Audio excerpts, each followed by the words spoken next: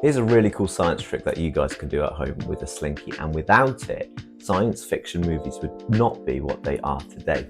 Now have a listen to this. Can't really hear that much, no? However, if we put in a little paper cone into the slinky as we bob it, have a listen to this.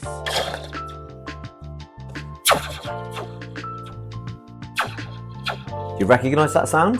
That's right, it is the laser sound effect made famous by the Star Wars movies. So without that sound, we would not have science fiction movies as we know them today. Now what is happening is the little paper cup is amplifying the sound that the slinky is already making that very, very quiet noise a lot louder.